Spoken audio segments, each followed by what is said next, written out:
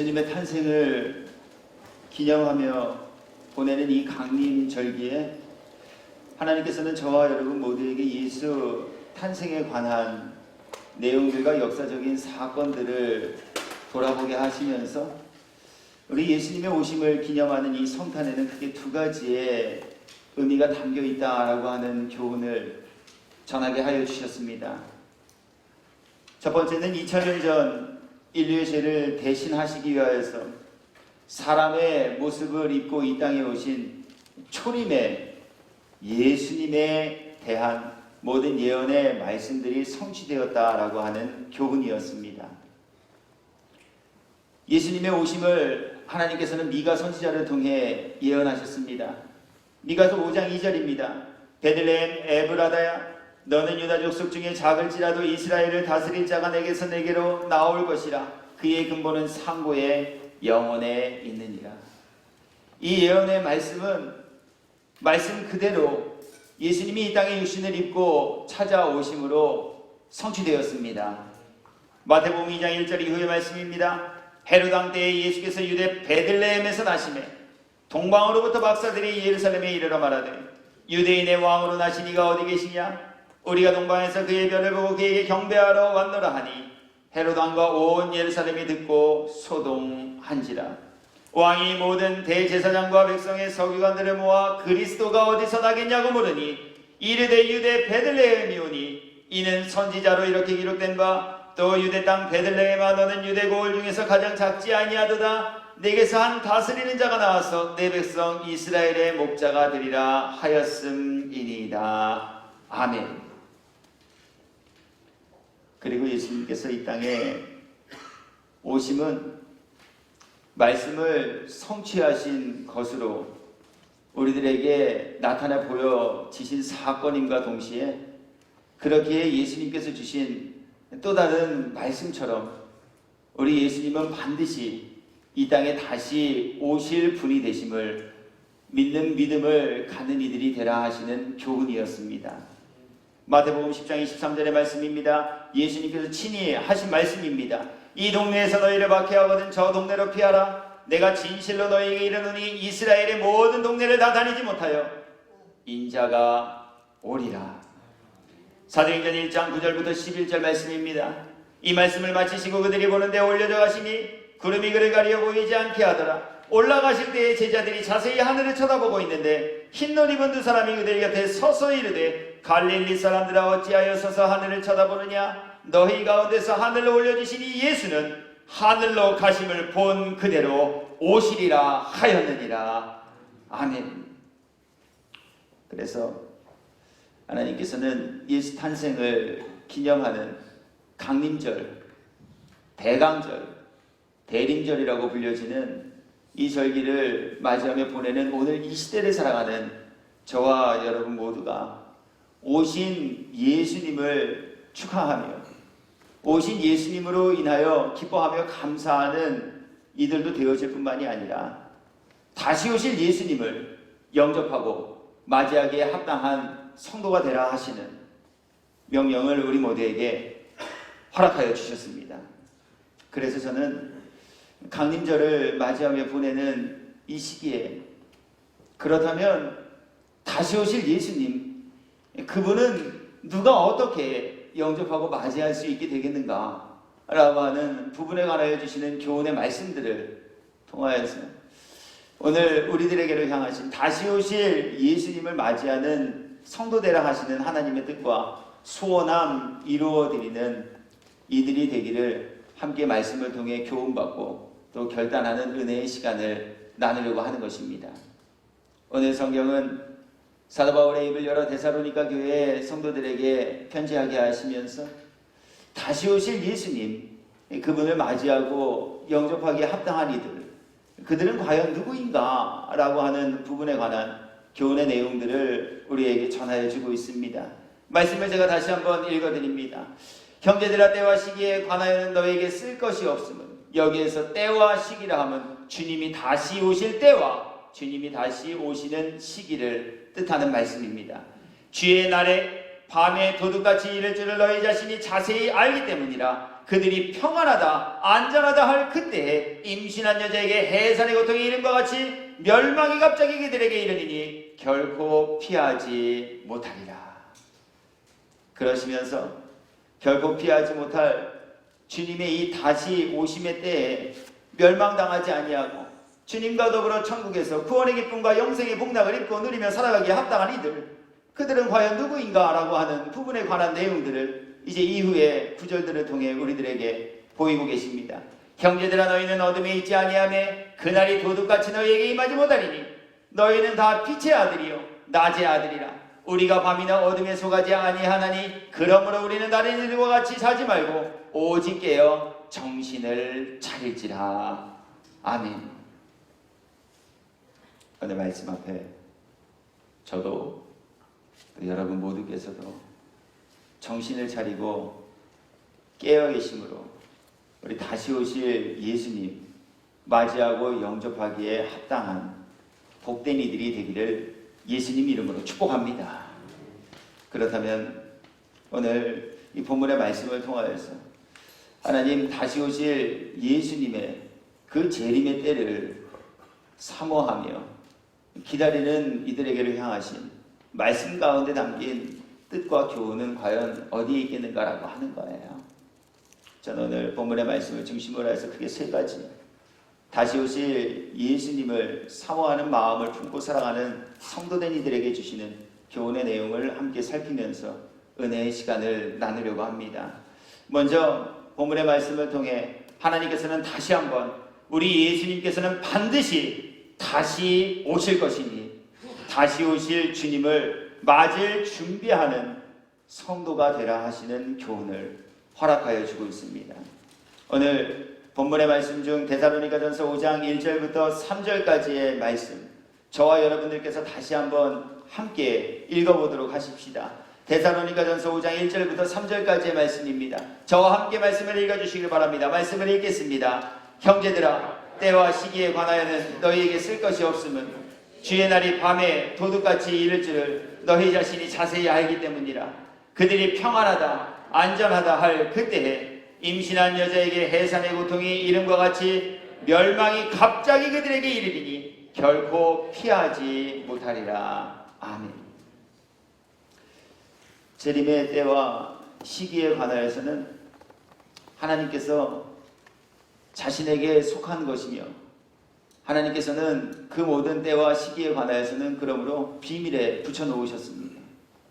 그것을 우리들에게 알려주시지는 아니하셨다라고 하는 거예요.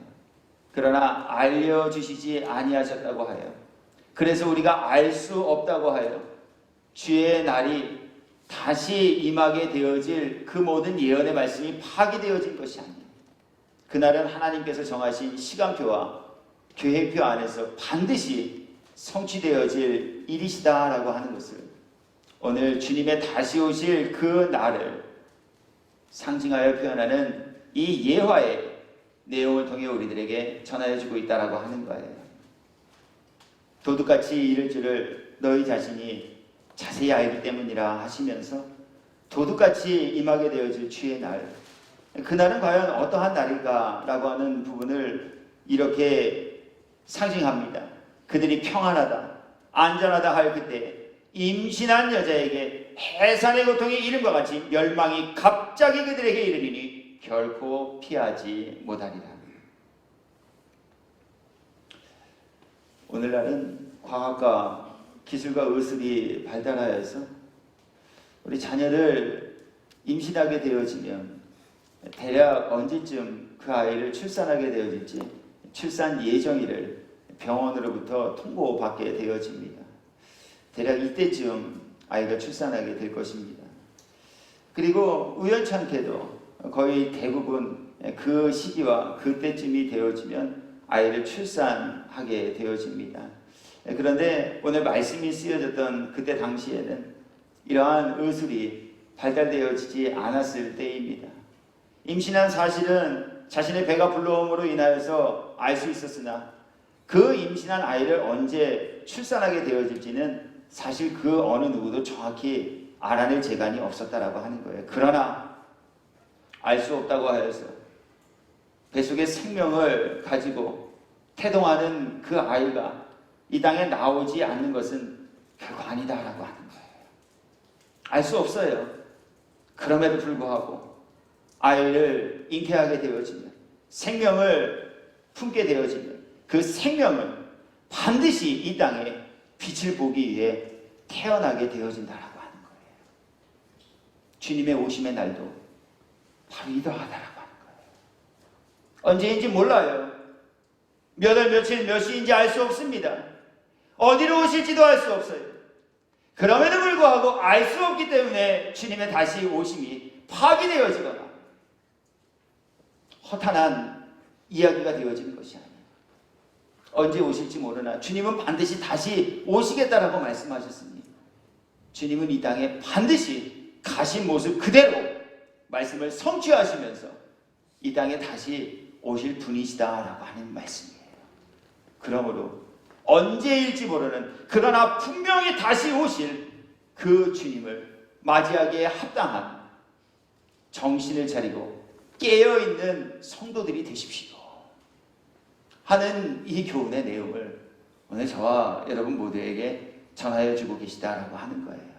그러시면서 이제 하나님께서는 반드시 다시 이 땅에 오실 예수님에 관한 그 재림의 시기와 때에 관한 것을 우리들에게 소개하여 주시면서 더 나아가서는 이제 말씀을 아는 자가 되지 말고 말씀을 믿음으로 다시 오실 예수님을 맞이하기에 합당한 성도가 되십시오 하는 교훈을 저와 여러분 모두에게 전하여 주고 있습니다. 이 교훈은요, 우리 예수님께서 이 땅에 육신의 몸을 입고 찾아오셨던 초림의 사건을 통하여서도 우리들에게 교훈해 주고 계셔요. 예수님 어디서 출생하실지, 또 예수님 어떠한 분으로 이 땅에 오실지 당시 하나님의 말씀을 연구하고 당시 하나님의 말씀을 가르치는 일을 하던 사람들은 알고 계셨어요. 그러나 그분들은 말씀을 알고는 계셨지만 믿지는 않으셨다라고 하는 거예요. 그분들이 말씀을 알고 계셨으나 말씀을 믿지 못하였다라는 증거는 오늘 그분들이 헤롯 왕과 함께 대화하는 그 대화의 장면과 내용을 통하여서 우리들에게 소개되어지고 있습니다. 마태복음 2장 1절 이후의 말씀으로 가보겠습니다. 이곳에는 하나님의 모든 말씀들을 알고 있었지만 하나님의 말씀들을 믿지 못함으로 인하여 만왕의 왕 만주의 주로 이 땅에 오신 예수님을 영접하는 지경에 이르지 못한 불쌍한 사람들에 관한 모습을 우리들에게 소개해주고 있습니다. 말씀을 읽어드립니다. 헤롯 왕 때에 예수께서 유대 베들레헴에서 나심에 동방으로부터 박사들이 예루살렘에 이르러 말하되 유대인의 왕으로 나신 이가 어디 계시냐? 우리가 동방에서 그의 별을 보고 그에게 경배하러 왔노라 하니 헤롯 왕과 온 예루살렘이 듣고 소동한지라.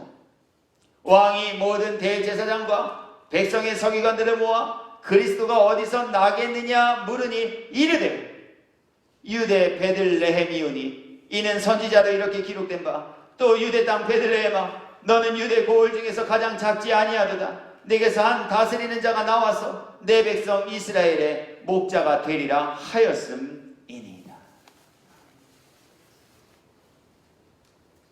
예수님 육신을 입고 이 땅에 탄생하셨어요. 동방에서 별을 연구하시던 박사들께서 왕의 출현을 예고하는 별이 떠오르게 되자 그 별을 보고 인류의 왕, 구원자 메시아가 출현하셨구나 라고 하는 것을 짐짓 깨닫고 만왕의 왕 만주의 주이신 그분께 경배하기 위해 머나먼 길을 떠나왔다라고 하는 거예요. 왕으로 나셨으니 그들의 생각에는 당연히 왕궁에서 예수님이 탄생하셨을 거라고 여겼을 것이 분명해요. 그렇기 때문에 이분들은 왕궁을 향해 달려들어가 왕궁에 이르자마자 왕에게 묻습니다. 유대인의 왕으로 나시기가 어디에 계십니까? 우리는 동방에서 별을 연구하는 사람들입니다. 그런데 왕의 탄생을 출현하는 별이 떠올랐기에 우리가 그 별을 보고 그 별이 지시하고 인도하시는 곳까지 여기에 다다랐으니 왕이 났다고 하니 분명 왕궁에서 난 것이 아니겠습니까? 그러니 우리가 왕께 경배할 수 있도록 왕이 어디에 계신지 우리들에게 알려주십시오. 말을 듣고 소동했다는 거예요. 놀랐다는 거예요. 두려움을 감추지 못했다는 거예요. 그 소동함 가운데 헤롯 왕은 자신은 왕자를 출생한 적도 없기에 대체 왕의 출현을 하는 별을 보고 찾아왔다라는 동방의 박사들의 이야기를 듣고는 이것이 무슨 말인가? 당시 하나님의 말씀을 가르치고 연구하는 일을 하였던 서기관들과 백성의 대제사장들을 다 모으고 그들에게 문의했다라고 하는 거예요. 헤롯의 질문을 받았던 서기관과 백성의 대제사장들이 헤롯에게 무엇이라고 대답하였는가라고 하는 것이죠. 잘 모르겠는데요. 혹시 거기쯤이 아닐까요? 그분들이 과연 이렇게 얘기하셨을까라고 하는 거예요. 성경에 보니 그렇지 않다라고 말씀합니다. 그분들은 만왕의 만주의 주로 이 땅에 오실 메시아가 어디서 탄생하실지조차 알고 계셨다라고 하는 거예요. 왕이 모든 대제사장과 백성의 서기관들을 모아 그리스도가 어디서 나겠냐고 물으니 이르되 유대 베들레헴이오니 이는 선지자로 이렇게 기록된 바 또 유대 땅 베들레헴아 너는 유대 고을 중에 가장 작지 아니하더라도 내게서 한 다스리는 자가 나와서 내 백성 이스라엘의 목자가 되리라 하였음입니다. 말씀을 알고 계셨다는 거예요. 말씀을 들으셨다라는 이야기예요. 당신께서 듣고 당신께서 공부하여 당신께서 알고 있었던 내용들을 사람들에게 가르치는 일까지 하셨던 분들이셨다라고 하는 거예요. 그럼에도 불구하고 오늘 이분들은 하나님의 말씀을 고지듣지 아니함으로 인해 하나님의 모든 예언의 말씀들을 믿지 못함으로 인해 왕이 출현하셨다라고 하는 소식을 들었음에도 불구하고 오늘 왕께 찾아가 왕께 경배하기보다는 왕의 탄생을 축하하기보다는 오늘 헤롯과 함께 그 자리에 머물러 있는 이들이 되고 말았다라고 하는 거예요. 오늘 하나님께서는 데살로니가 교회 성도들에게도 말씀을 통해 이와 동일한 교훈과 동일한 도전을 주고 계시다라고 하는 거예요. 형제들아 때와 시기에 관하여는 너희에게 쓸 것이 없으면 예수님 다시 오실 때와 그 시기에 관해서는 더 설명해 줄 필요가 없다라는 거예요. 왜 설명해 줄 필요가 없다라고 하셨을까요? 그분들이 이미 다 알고 계시기 때문에 그래요. 하나님께서 당신의 비밀에 붙여놓으신 것도 알고 계셨고 예수님이 다시 오실 그 때와 그 시기 즈음에 어떠한 현상들이 이 땅에서 나타나게 되어질 것도 오늘 데살로니가 교회 성도들은 다 알고 계셨다라고 하는 거예요. 오늘 우리의 모습과 크게 다르지 않다라고 하는 거예요. 우리는 머리로는 알고 있어요. 주님 다시 오시지요. 하늘로 가신 그 모습 본 그대로 다시 오시리라. 말씀은 알고 있어요. 그래서 우리도 이야기해요. 주님 다시 오시죠. 언제 주님 다시 오실지 아는 이가 없으니 등 밝히고 너는 깨어있어 주를 반겨맞으라 찬송도 해요. 또 모두가 다시 오실 주님을 맞이하고 예배하고 영접하는 이들이 되자라고 이야기도 해요. 마태복음 25장에 기록된 말씀을 통해서 주님 다시 오실 때에는 주신 상급을 따라 결산하시는 하나님이 되신다는 것도 알고 있어요. 양과 염소로 구분하여 양은 우편에 염소는 왼편에 양은 복받는 자의 자리에 염소는 하나님의 심판과 저주에 있는 자리로 내모시는 분이 되실 거라는 것도 알고 있다라고 하는 거예요. 귀에 딱지가 얹혀질 만큼 열천의 비유를 우리는 신앙생활을 통해 들었어요. 그래서 물어보면 대답해요. 등도 준비해야 됩니다. 그러나 기름도 준비해야 합니다. 예수님은 우리의 신랑입니다. 주님은 다시 오실 것입니다. 다 알고 있다라고 하는 거예요. 이처럼 다 안다라고 자부하는 이들에게 오늘 하나님께서는 다시 한번 또 한번 말씀을 아는 자리에만 머무는 이들이 되지 마시고 전한 말씀을 들은 말씀을 깨달아진 말씀을 믿는 믿음을 가지고 다시 오실 주님을 맞이하고 영접하기에 합당한 성도들이 되시라 하는 이 권면의 말씀과 이 당부의 내용을 오늘 이 시대 속에 말씀을 안다라고 하는 저에게, 오늘 이 시대 속에 말씀을 다 알고 있다라고 자부하시는 여러분 모두에게 오늘 다시 한번 또 한 번 교훈하고 계시다라는 말씀이에요. 오늘 주신 이 교훈의 말씀 앞에 그러므로 저와 여러분 모두께서도 말씀을 아는 자에 머무는 이들이 되지 마시고, 말씀을 알게 되었다면 알게 된 말씀이 믿어지도록 도와주시는 하나님의 은혜를 구하고 입은 이들이 되셔서 우리 하나님의 말씀을 믿음으로 다시 오실 예수님 맞이하며 영접하고 그분과 함께 기쁨의 잔치에서 영생의 복락을 누리며 살기에 합당한 저와 여러분 되시기를 예수 그리스도의 이름으로 축복합니다. 그렇기에 하나님께서는 말씀을 듣는 자가 복이 있다 하지 아니하시고 말씀을 듣고 깨달아 믿음으로 행하는 자가 복되다 말씀하십니다. 요한계시록 1장 1절부터 3절까지의 말씀입니다. 예수 그리스도의 계시라. 이는 하나님이 그에게 주사 반드시 속히 일어날 일들을 그 종들에게 보이시려고 그의 천사를 그 종 요한에게 보내어 알게 하신 것이라. 요한은 하나님의 말씀과 예수 그리스도의 증거 곧 자기가 본 것을 다 증언하였느니라. 이 예언의 말씀을 읽는 자와 듣는 자와 그 가운데 기록한 것을 지키는 자는 복이 있나니 때가 가까웁니다. 오늘 저에게 그동안 알았던 모든 말씀이 믿어지는 은혜의 있기를 원합니다. 오늘 예배의 자리에 함께 참여한 여러분 모두에게 그간 신앙생활을 통해 듣고 접하여 알게 되어진 그 모든 하나님의 말씀들이 지식의 자리를 한편 차지하고 있는 말씀이 아니고 믿어지는 말씀이래요. 다시 오실 예수님 우리 맞이하고 영접하며 예비하는 자리에 참석하는 깨어있는 이들, 지혜로운 이들, 복된 이들 모두 되기를 예수 그리스도의 이름으로 축복합니다. 오늘 하나님이 이 교훈을 저 여러분 모두에게 전해주고 계시더라고요. 그러시면서 이제 끝으로 그렇다면 대체 말씀을 믿는 사람들, 그래서 다시 오실 예수님 맞이하고 영접하기에 합당한 사람들, 그들은 과연 어떠한 사람들인가? 라고 하는 부분을 이제 오늘 본문의 말씀 통해 이렇게 소개합니다. 데살로니가전서 5장 4절 이후의 말씀입니다.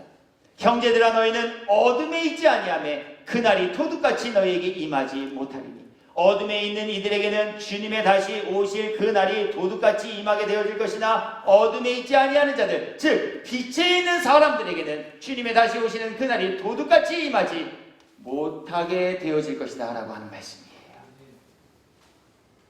그러므로 하나님께서는 우리 모두가 빛 가운데 거하여 주님이 다시 오실 그때를 예비하고 맞이하며 영접하기에 합당한 이들이 되라 하시는 이 권면의 내용들을 이어지는 5절 이후의 말씀들을 통하여서 계속하여 우리들에게 전하여주고 계시다라고 하는 거예요.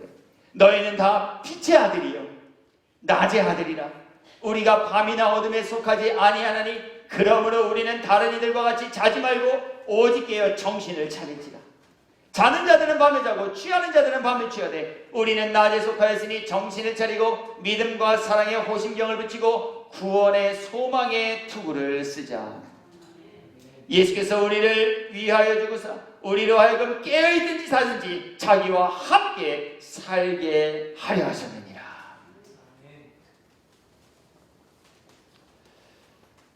빛 가운데 거하는 이들, 그렇다면 그분들은 과연 어떠한 분이실까라고 하는 거예요. 빛 가운데 거하기 위해 성탄 추리를 만들고 거기에다 조명등을 밝히는 사람들, 그들이 과연 오신 예수님과 오실 예수님을 맞이하기 합당한 이들이 되어질까라고 하는 거예요. 촛불에 불 몇 개를 점화하였다고 해서 과연 이것이 다시 오실 예수님을 맞이하기에 합당한 빛 가운데 거하는 사람들이라 칭할 수 있겠는가라고 하는 거예요. 빛 가운데 거하라 하셨으니 해가 이동하는 곳에 따라 계속적으로 따라다니며 잠자지 아니하고 늘 낮에만 살아가는, 그리하여 늘 활동하는 이들이 과연 주님 다시 오실 때 주님을 맞이하기에 합당한 이들이라는 교훈의 내용이 되어질까라고 하는 거예요. 과연 빛에 거하는 이들, 낮에 속한 이들, 그리하여 주님이 다시 오실 그때를 맞이하고 예비하며 영접하기에 합당한 사람들, 그들은 과연 어떠한 이들을 뜻하는 말씀이 되어질까라고 하는 것이죠.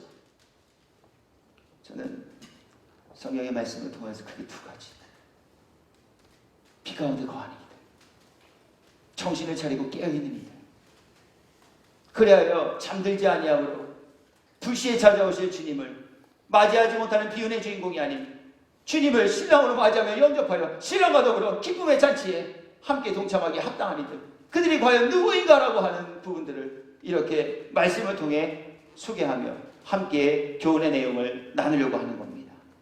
먼저 빛 가운데 거하는 이들, 그렇다면 그 빛은 과연 어떠한 빛이 되어지는가라고 하는 것을 우리 먼저 배움받으셔야 할 필요가 있어요. 빛은 하나님의 말씀입니다. 하나님의 말씀이 빛입니다. 시편 119편 105절 말씀입니다. 주의 말씀은 내 발의 등이요 내 길의 빛입니다. 그러므로 빛 가운데 거하는 이들, 그들은 하나님의 말씀 가운데 거하는 이들이다라고 하는 결론을 우리는 내릴 수 있다라고 하는 거예요. 또 빛은 예수님이십니다. 요한복음 1장 1절부터 5절까지의 말씀입니다. 태초에 말씀이 계시니라. 이 말씀이 하나님과 함께 계셨으니 이 말씀은 곧 하나님이시니라. 그가 태초에 하나님과 함께 계셨고 만물이 그로 말미암아 지은 바 되었으니 지은 것이 하나도 그가 없이는 된 것이 없느니라. 그 안에 생명이 있었으니 이 생명은 사람들의 빛이라. 빛이 어둠에 빛이 돼 어둠이 깨닫지 못하더라.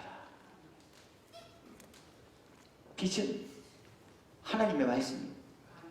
빛은 예수님이십니다. 그러므로 빛 가운데 거하는 이들이란 하나님의 말씀 가운데 거하는 이들을 뜻하는 것입니다. 빛 가운데 거하는 이들이란 예수님 안에 거주하는 이들로서 예수님과 항상 동행하는 이들을 뜻하는 말씀이 되어진다라고 하는 거예요. 바꾸어 말하면 하나님의 말씀 밖으로 나아가는 이들은 하나님의 말씀을 알고 있다 해도 다시 오실 예수님을 맞이하며 영접하는 이들이 되어질 수 없다라는 말씀이며, 빛 대신 그리스도 예수와 연합하여 동거하지 않는 이들은 하나님의 말씀을 가르치는 일을 하였더라도 그 어떠한 우수한 업적을 세우니라 할지라도 다시 오실 예수님을 맞이하는 영광의 주인공이 되실 수 없다라고 하는 교훈의 내용을 우리들에게 전하여 주고 계시다라고 하는 거예요. 그렇다면 하나님의 말씀인 빛 가운데 거하는 이들, 그들은 대체 어떠한 사람들일까라고 하는 거예요. 우리가 말씀 안에 거한다 라고 할 때 대체 그 말씀 안에 거한다 라고 하는 것은 무엇을 뜻하는 이야기가 되어지겠는가라고 하는 거예요. 먼저 요한에서 1장 5절부터 7절까지, 그리고 요한에서 2장 7절부터 11절까지의 말씀을 통하여서 빛이신 하나님의 말씀 안에 거하는 사람들, 그들은 과연 누구인가 라고 하는 부분을 이렇게 소개합니다. 먼저 요한일서 1장 5절부터 7절 말씀입니다. 우리가 그에게서 듣고 너희에게 전하는 소식은 이것이니 곧 하나님은 빛이시라. 그에게는 어둠이 조금도 없으시다는 것입니다. 만일 우리가 하나님과 사귐이 있다 하고 어둠에 행하면 거짓말을 하고 진리를 행하지 아니함이거니와 그가 빛 가운데 계신 것 같이 우리도 빛 가운데 행하면 우리가 서로 사귐이 있고 그 아들 예수의 피가 우리를 모든 죄에서 깨끗하게 하실 것이요. 말씀 안에 거한다라고 하는 것은 말씀이신 하나님과 함께 동행하는 이들을 뜻한다라고 하는 거예요. 말씀이신 하나님과 함께, 그렇다면 또 동행하는 이들, 그들은 누구일까요? 요한에서 2장 7절 이후의 말씀입니다. 다시 내가 너에게 새 계명을 쓰노니 그에게와 너희에게도 참된 것이라. 이는 어둠이 지나가고 참빛이 벌써 비침이니라. 빛 가운데 있다 하면서 그 형제를 미워하는 자는 지금까지 어둠에 있는 자예요. 그의 형제를 사랑하는 자는 빛 가운데 거하여 자기 속에 거리낌이 없으나 그의 형제를 미워하는 자는 어둠에 있고 또 어둠에 행하며 갈 곳을 알지 못하나니 이는 그 어둠이 그의 눈을 멀게 하였습니다.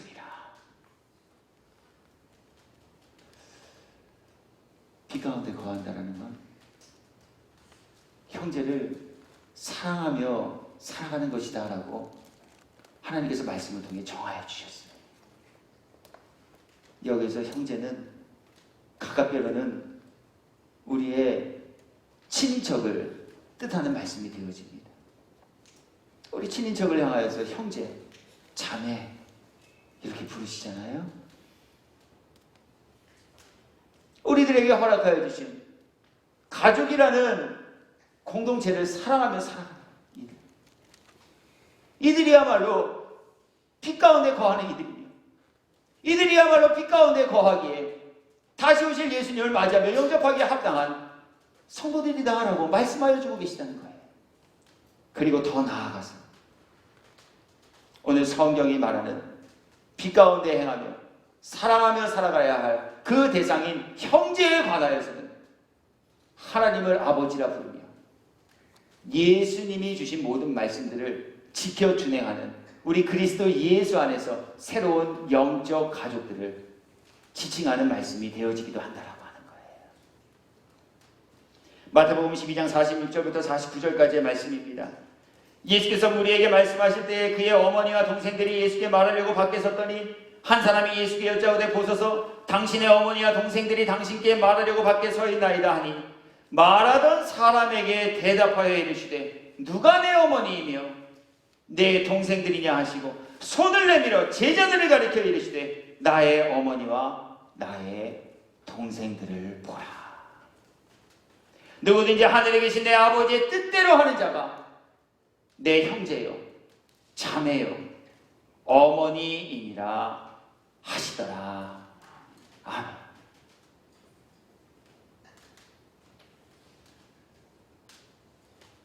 교회를 다니는 분들이 예수님을 맞이하고 영접하기에 합당한 이들이라 말씀하지 않으시고요. 빛 가운데 거하며 빛 가운데 행하는 사람들이 다시 오실 예수님을 맞이하기에 합당한 이들이라 말씀하셔요. 그리고 그 빛 가운데 거하는 이들이란 형제를 사랑하며 살아가는 이들이라 정하여 주고 계셔요. 형제는 하나님께서 맺어주신 가족 구성원으로서의 우리의 친족을 뜻하는 말씀이 되어지기도 하고요.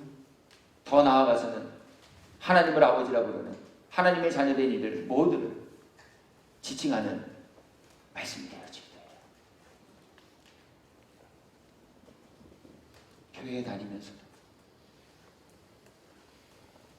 교회 안에서 만나는 형제를 성도를 피차 사랑하지 못한다면 교회에 수십 년을 다니셨어도 어둠에 속한 이들이야 다시 오실 주님과는 상관없는 지경에 놓이는 이들이 되실 수밖에 없다는 말씀이에요. 대제사장이 되어 하나님의 말씀을 달달달달 외우고 깨며 누군가에게 질문을 받았을 때 성경을 인용하여 대답해 줄 수 있을 만한 성경의 지식을 갖고 있다 하더라도 하나님을 아버지라 부르는 하나님의 자녀들 성도들을 사랑하지 못하는 이들 그들은 다시 오실 주님과는 상관없는 지경에 놓이는 이들이 되실 수밖에 없으시다라는 말씀이에요.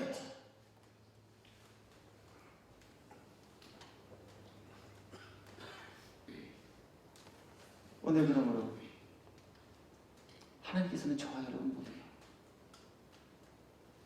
우리가 사랑하며 살아갈 수 있도록 우리의 마음속에 사랑의 마음을 채워주시고 심지어 원수까지도 하나님의 말씀을 따라 사랑하며 살아갈 수 있도록 우리들의 마음속에서 죄악의 모든 것들을 제거하여 주시고 그 은혜를 구하고 있는 이들입니다. 형제를 사랑함으로 빛 가운데 거하여 주님이 다시 오실 그날을 예비하고 맞이하며 영접하기 합당한 성도 모두가 되십시오 하는 이 교훈의 말씀과 내용을 우리 모두에게 전해 주십니다. 저에게 하나님과 교회와 성도를 사랑할 수 있는 마음이, 오늘 말씀을 듣는 여러분 모두에게 교회와 목사와 성도를 사랑할 수 있는 마음이, 그리고 우리의 삶의 현장에서는 남편은 아내를, 아내는 남편을 사랑하며 부모는 자식을, 자식은 부모를 사랑하고 한 부모 안에서 태어나 같은 혈통을 지니고 살아가고 있는 형제와 자매들 안에서 우애가 돈독해지며 서로 사랑하며 살아가는 이들이 되어서 우리 주님 다시 오신 그때 어둠에 속한 자라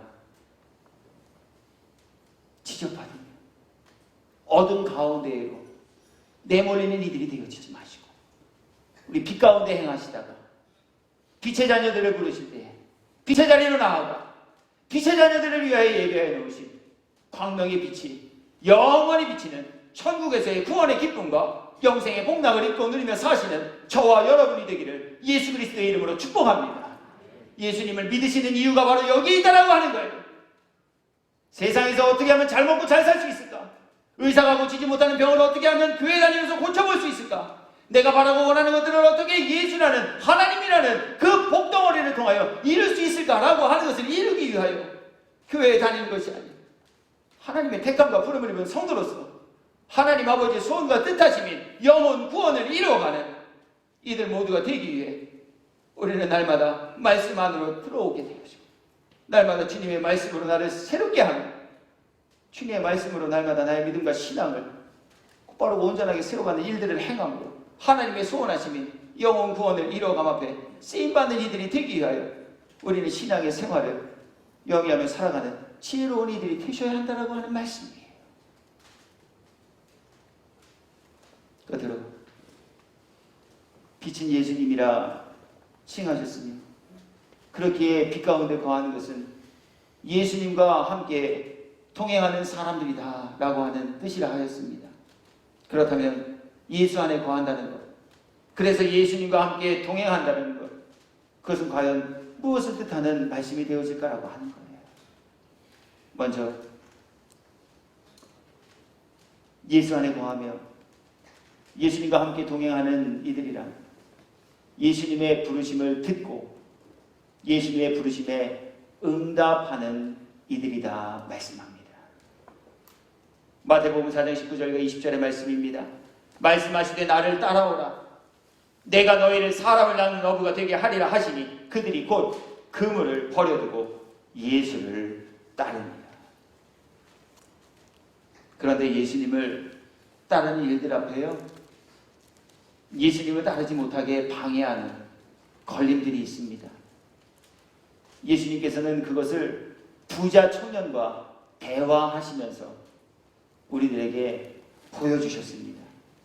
마태복음 19장에는요 예수님을 따라 예수님과 함께 빛에 거하며 예수님과 더불어 구원과 영생에 이르기를 소원한 이름 없는 한 청년이 예수님을 찾아와 예수님과 대화하신 내용과 그 모습을 소개하고 계신데요, 내용은 다음과 같습니다.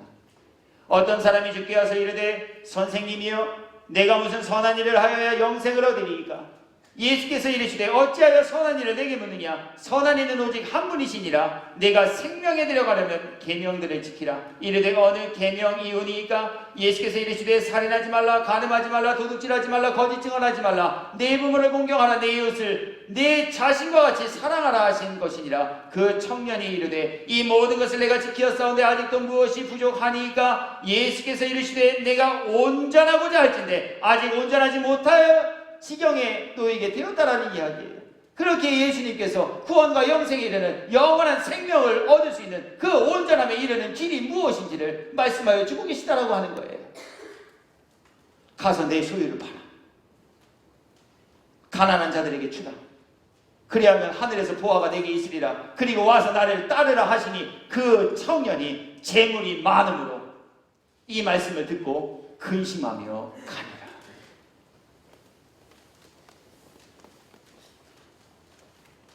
구원과 영생에 대한 관심은 있었어요. 빛 가운데 거하는 이들만이 다시 오실 예수님을 맞이하기 합당하니라는 말씀을 들었어요. 그래서 맞아, 그렇지, 나도 그렇게 해봐야지 결단했어요. 그때 주님은 말씀하셔요. 모든 것을 버리고 나를 따라와. 그에게 버릴 수 없는 것이 있었어요. 예수님을 따르려면 모든 것을 다 버려야 하는데 버리지 못하는 한 가지가 있었어요. 그의 발목을 붙잡고 있는 족쇄와 걸림이 있었어요.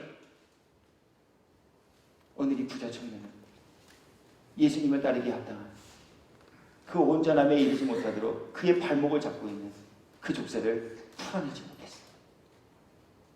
결국 진리의 말씀을 들었으나 구원과 영생에 위하여 내어주신 열쇠는 그가 눈으로 보았으나 그 열쇠를 받아 천국의 문을 열고 들어가지는 못하는 지경에 이른 이가 되었다라고 오늘 교훈하고 계시다는 거예요. 말씀으로 도전해요. 우리에게는 어떤 걸림과 어떤 족쇄와 어떤 망설이게 하는 것들이 존재하고 있습니까? 주님을 온전히 따르는 데 있어 혹시 우리의 분주함, 즉 우리의 시간이 주님을 온전히 따르지 못하는데 걸림이 되어지고 있지는 않습니까? 건강이, 취미가, 유흥이, 쾌락이, 때로는 가족이, 때로는 명예가 주님을 온전히 따르는 일 앞에 모든 것을 다 내려놓지 못하게 하는 남겨진 하나의 짐이 되어지고 있지는 아니한가라고 하는 거예요. 목사에게 있어서는 명예가, 목사에게 있어서는 큰 교회 목회를 하고 싶은 욕심이, 어쩌면 주님을 온전히 따르는 데 있어 따르지 못하게 하는 걸림이 되어지고 있지는 아니한가라고 하는 거예요. 하나님의 기쁨이 되어지는 말씀을 전하기보다는 어떻게 하면 성도들을 한 번 더 웃게 해주고, 어떻게 하면 성도들에게 목사님 오늘 아주 말씀에 은혜가 깊었어요 라는 이야기를 듣고 싶어하게 하는 이러한 그릇된 욕구가 온전히 주님을 따르는 데 있어 걸림이 되어지고 있지는 아니한가라고 하는 거예요. 여러분들에게 있어서 내 의를 드러내고 싶은 욕심, 누군가에게 내가 조그만 선을 행하고 교회를 위해 헌신하고 봉사한 것들이 나타내지고 칭찬받는 그 일을 하고 싶은 예수님을 따르는 일에 걸림과 방해가 되고 있지는 아니하시는 거라고 하는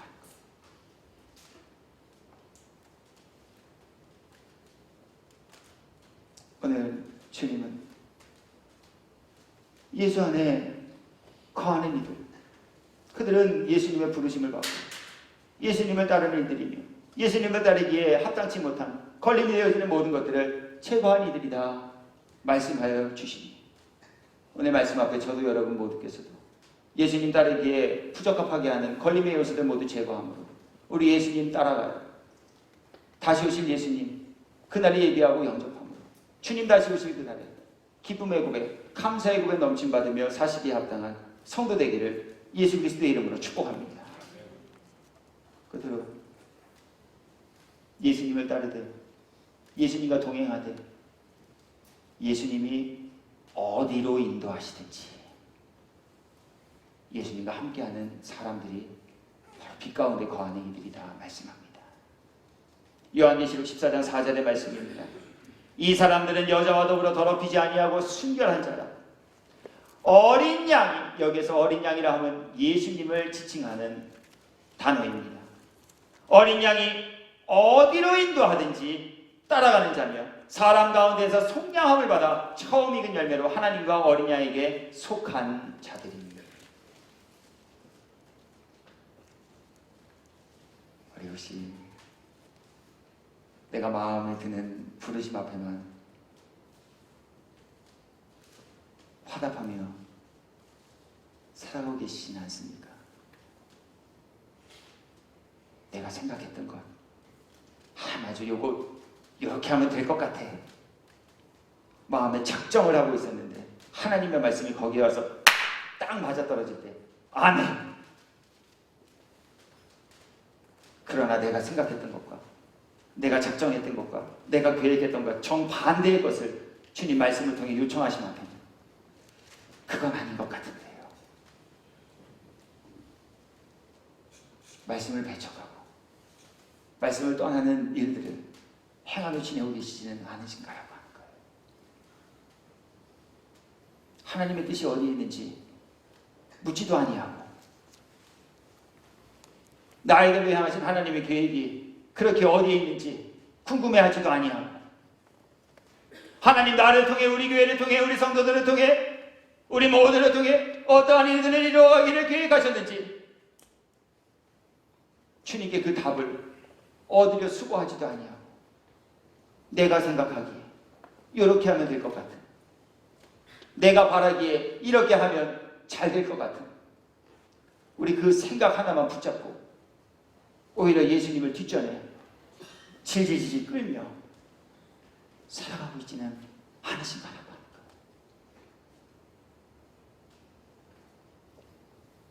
거예요. 어디로 인도하시는지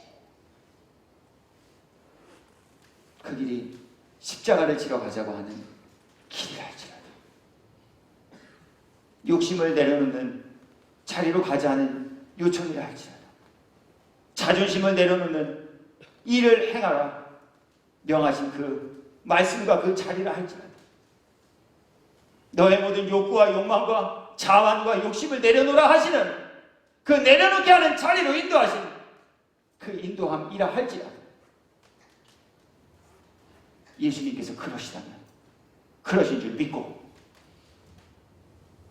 그것을 향해 따라가는 사람들, 그들이 주님이 다시 오시는 맞이하며 영접하기 합당한 이들이, 그들이 주님과 함께 더불어 기쁨의 잔치에 참여하기에 합당한 성도라 오늘 말씀하여 주셨습니다. 전 이제 말씀 정리해요. 오늘 말씀 어때요? 우리는 어떻습니까? 저는 잘하기 때문에 설교하고 여러분들은 못하시기 때문에 설교를 듣는 것 아니에요. 반대로 여러분들은 잘하시고 저는 못하기 때문에 이렇게 목이 터져라 외치는 것도 아니에요. 우리 각 사람들이 과연 하나님의 말씀 앞에 어떠한 믿음과 신앙의 자리를 지키며 지내고 계시는가라고 하는 것이죠.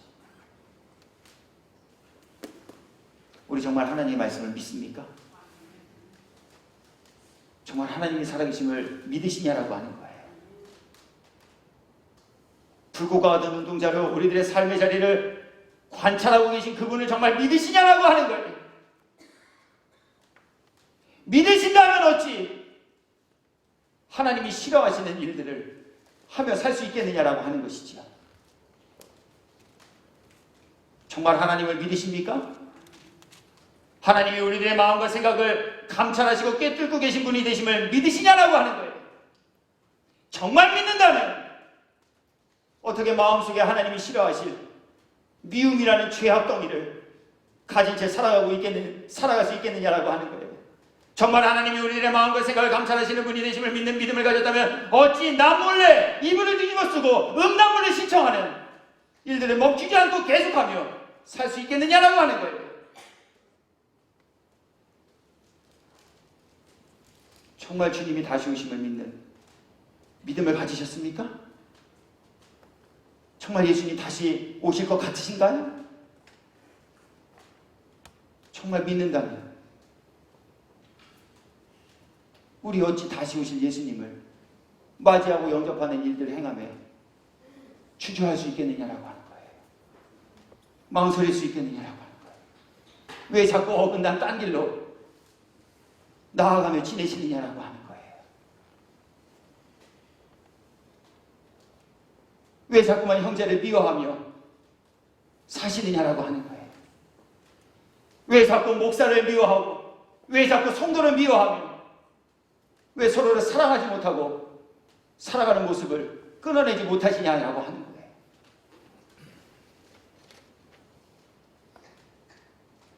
다시 오심을 믿으신다는 말이에요. 그분이 오셔서 각 사람이 행한 대로 갚으신다는 이 말씀이 믿어진다는 말이에요.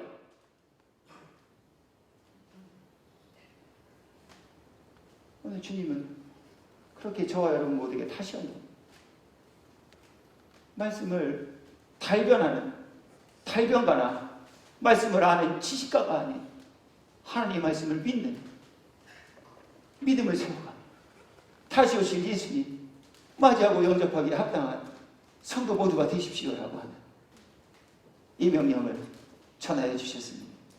저도 여러분 모두께서도 빛의 거하심으로 다시 오실 예수님 맞이하기에 합당한 일의 모두가 되고 주님과 함께 기쁨을 주님 나라에서 영생의 복락 입고 누리며 사시는 천국 백성 모두 되기를 예수 그리스도의 이름으로 축원합니다.